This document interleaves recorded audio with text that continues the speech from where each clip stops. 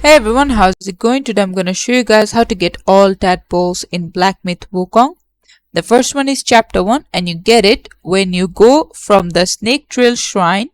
You have to head upstairs and onto the bridge, and then from there hop down and follow the river to the left where you'll find a large pond with the frog boss waiting for battle.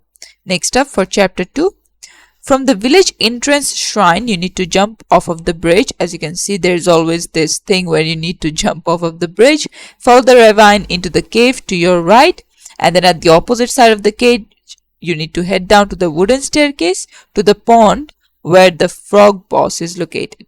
Chapter 3, what you need to do is from the Forest of Felicity shrine, you need to head back up the path toward the giant snow hill.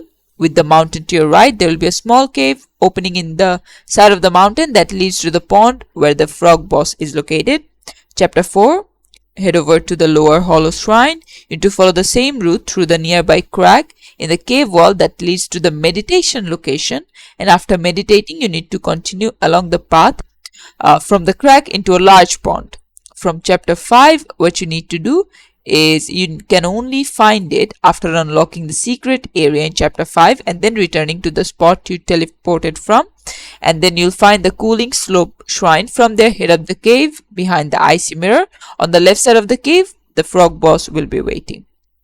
Chapter 6 and last one is from the Rhino Watch slope shrine. You need to jump onto your somersault cloud, head off the cliff, and then on the cliff to your right, you need to continue forward until you see the large patch of sand with rocks surrounding it along the wall, and then there will be the frog, and this is how you can do it. Thanks for watching. Please leave a like and subscribe for more tutorials like this, and I'll see you guys in the next one.